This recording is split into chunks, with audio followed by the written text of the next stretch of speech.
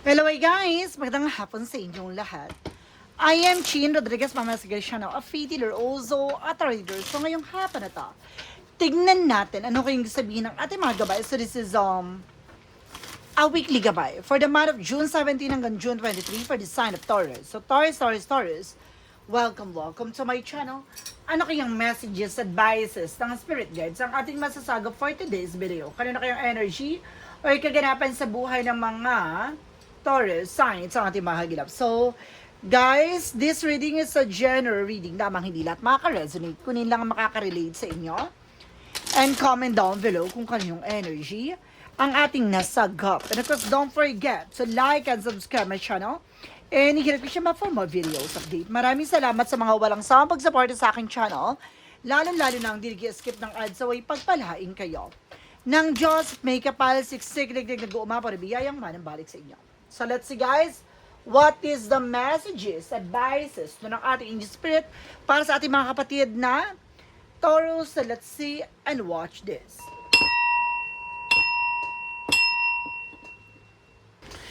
Okay, hagilapin natin at tuklasin natin maaring masagap natin sa energy nyo. Let's see, angel spirit, please give me an information po.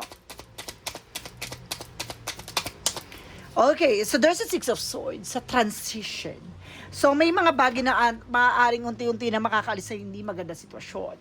Na may pagbangon. So some of you guys na magkakaroon dito ng travel, local or international with the Six of Swords. So there's a possibility na makakaalis ka na kung mayroon kang balak umalis, no, ng bansa or mayroon kang balak mag-out of town. No, there's a possibility na maaaring matutuloy yan. No, there's a transition then na may mga pagbabago na maaaring maganap. And of course, there's an Ace of Cups, something in new love coming in. Some of you, if you are being single, may bagong pag-ibig. If you are taken, no, meron ditong maaring manumbalik or maaring mas titindi ang pag-ibig at pagmamahal nyo sa isa't isa. Additional messages. And there's a Page of Swords, something you get more information. Marami ka pang bagay na kailangan malaman. Matuklasan. No, there's a spine looking, watching at you. So meron din dito sumusubaybat kumukuha na information sa'yo. And there's, oh my God, there's a devil card. No, there's a demonic. There's something, a black magic involved, guys. No, there's something, an evil eye. So there's a stalking, looking, watching at you. So may sumusubaybay. No, may nagmamasid sa'yo. No, let's see. And there's an Ace of Wands. So there's something, a new project, a new plan coming in. So dito mayroon ditong bagong plano, proyekto, idea. With the Queen of Wands, so there's a confidence. So kailangan mo lakasan ng loob mo, maging matapang ka.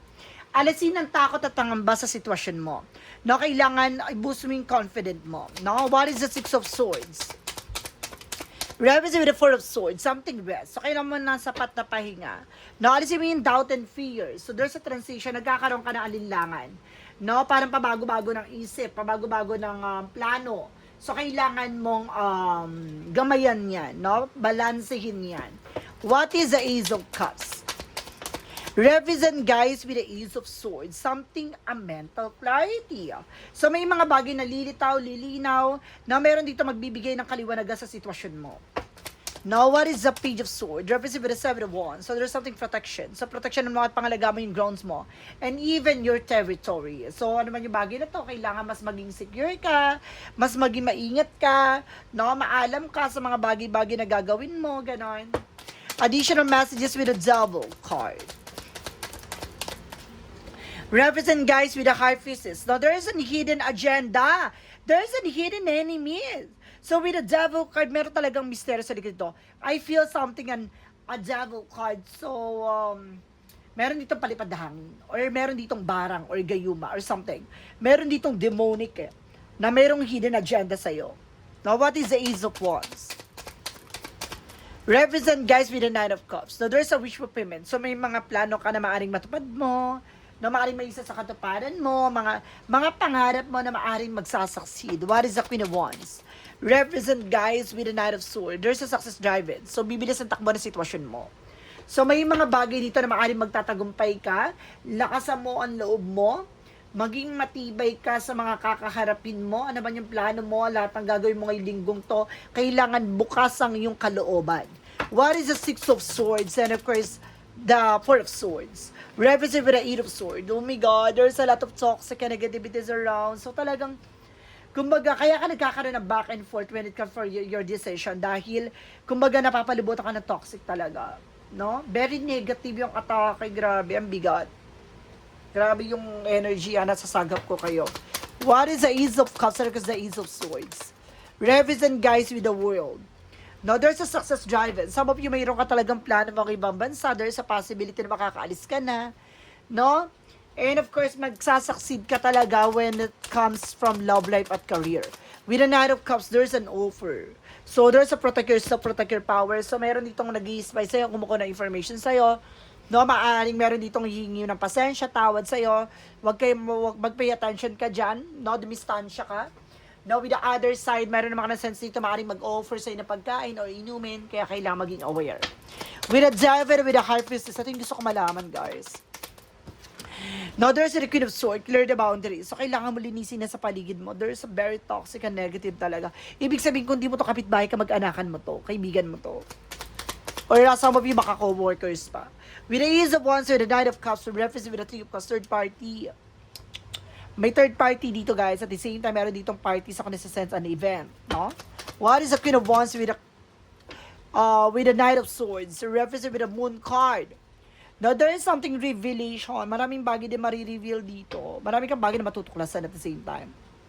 Maraming bagay na maaaring nagbibigay ng kaliwanagan dito sa sitwasyon mo.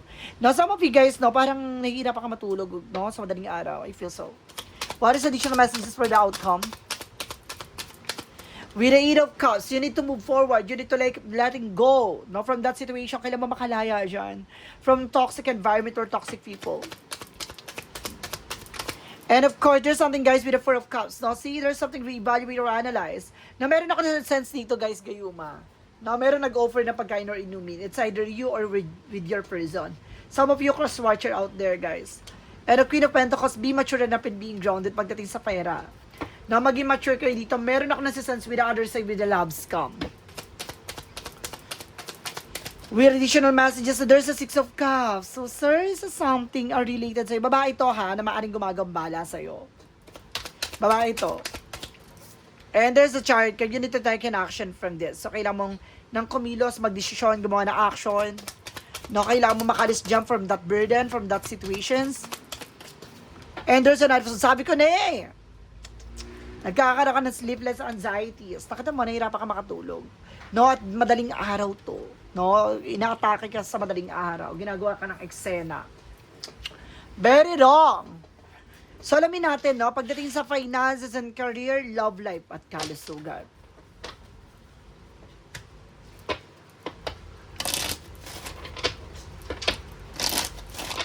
So, let's see, pagdating sa finances and career, love life at kalusugan, there is a Four of Wands. So, there's a celebration coming in. So, pagdating sa finances and career mo, may mga celebration na maaring mata mo mangyari. And there's a set of sabotage. Sabi ko na nga ba, may masabotahi sa inyong relasyon, even sa iyong trabaho or negosyo. No, basta about sa finances, there's an Empress card for a river. Disconnect from the world. So, kailangan nyo alagaan at mahalin yung sarili nyo and even your business. No? Now, there's something, an energy. Now, there's a Taurus signs, not with an Empress card. Now, there's a judgment, pinapaalalahan na kaya kailangan mo mag-pay attention. No? There's a financial loss of financial crisis of financial difficulties. Nakakaranas ka ng pagtumal, pagbagal ng pasok ng pera, or naaaring nakakaranas ka ngayon ng mga losses about sa finances, kagastusan, tuloy-tuloy. No? Walang patid. And there's something, guys, with the Four of Pentacles. So, kailangan mo protection at pahalagaan mo yung sarili mo. You are also independent and you are also provider. You are also have potential para mag-succeed. But definitely, kumbaga, tuloy-tuloy kasi ang mga nangyayari sa iyo. So, there's a possibility na maaaring malaking pera ang mawala. So, yun yan. No, mayroon dito sumasabotage. There's a curses. Kamalasan. At the same time, meron ako na other side na may mga nararamdaman kayo sa sarili nyo, no, maaring nagpapagamot kayo, no, requires malaki na ang gastos nyo dahil, kumbaga, tina-target din kayo sa health issues, no? Pagdating sa love life, there's an Emperor just being mature enough and being grounded pagdating sa inyong relasyon. And there's a Page of Wands, may magandang balita naman daw pagdating sa relasyon. And there's a Tower moment for a major changes, no? Gusto nitong masira ang inyong relasyon, no? Ang pamilya nyo, with a 12 Wands. So there's a choices. Piliin mo lang yung mga taong pinagkakatiwalaan mo, no? Maging secure ka, no? Sa kung ano man yung bagay na meron ka. And there's a King of Wands. So look at the bigger picture. Lagi mo titignan yung magiging outcome possibilities. I feel something ang tao na to na gumagambala sa iyo, malapit lang sa'yo. No? Meron ako na sense dito na maaring nagtatrabaho sa'yo, at meron din ako na sense dito na maaring, kumbaga, konektado sa'yo, kamag-anak man to, kaibigan man to. Pagdating sa kalusugan, there's a Justice card. So see, there's something karma. So wag kang mag-alala, kumbaga ano man yung bagay na ginawa nila sa'yo, babalik ka sa kanila. There's a Hermit card. There's a spiritual problem talaga. There's a spiritual journey. Spiritual awakening. So, maaring mamumulat ka na kung bakit mo nararanasan or nararamdaman yung mga bagay na yan. So, maaring magbibigay kasagutan to with a Hermit card. And of course, there's the Queen of Cups. Pinaglalaro ang kababae ito, ha. Pinaglalaroan ng inyong nararamdaman at ang inyong pakiramdam. There's a King of... Parehas kayo ng person mo, oh. King and Queen. King and Queen. Parehas kayo ng person mo na nararamdaman. And there's a Page of Pentacles. So, there's an invest wisely, no? Mag-invest ka sa mga bagay na makakatulong sa'yo for long term. No? Pagdating sa kalusugan mo. And there's another one. So, there's a perseverance. So, kailangan mo magtiyaga. No? With the Ten of Pentacles. So, there's something wealth about sa properties, documents. Ibig sabihin nito, mayroon tong hinahabol or there's a personal interest. No? With the Ten of Wands. No, talagang binibigyan ka ng pampabigat sa buhay. So, ito yung bagay na maaaring magdadala sa'yo upang bumigat ang sitwasyon mo. Kaya parang kung sino-sino yung mga nakakaranas sa pamilya mo, ng mabigat, no, at even sa'yo, no, kung ano nararanasan mo, there's something inggit sa inyo. So, let's see. Pagdating tayo sa ating Angels Messages, with a Money Move Oracle deck,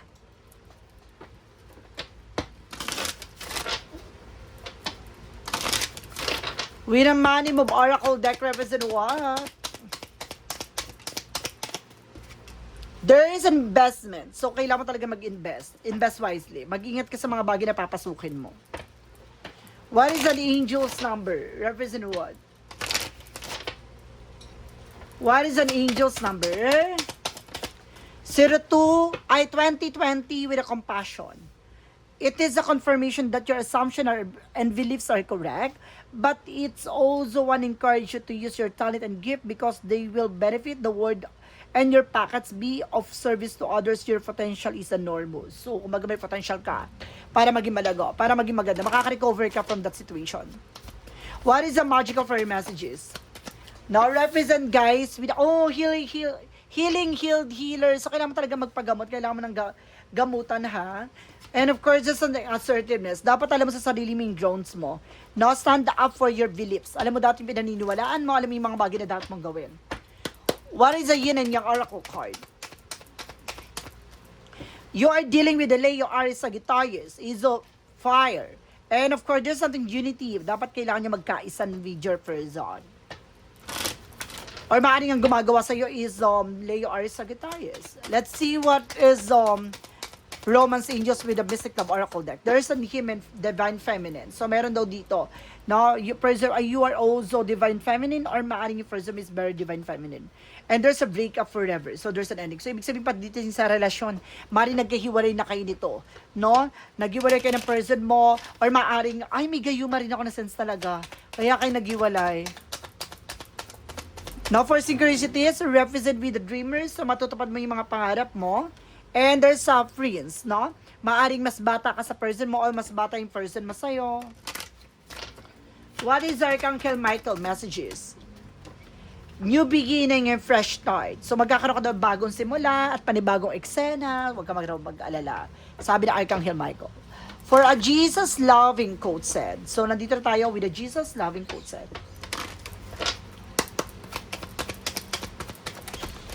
Knock and shall be open to you. So, kumakatok na ang ating Panginoon pagbuksan mo daw. No? So, may mga informasyon siyang gustong sabihin sa iyo or may mga pahiwatig, synchronicities, or divine intervention na kailangan mo mag-pay attention.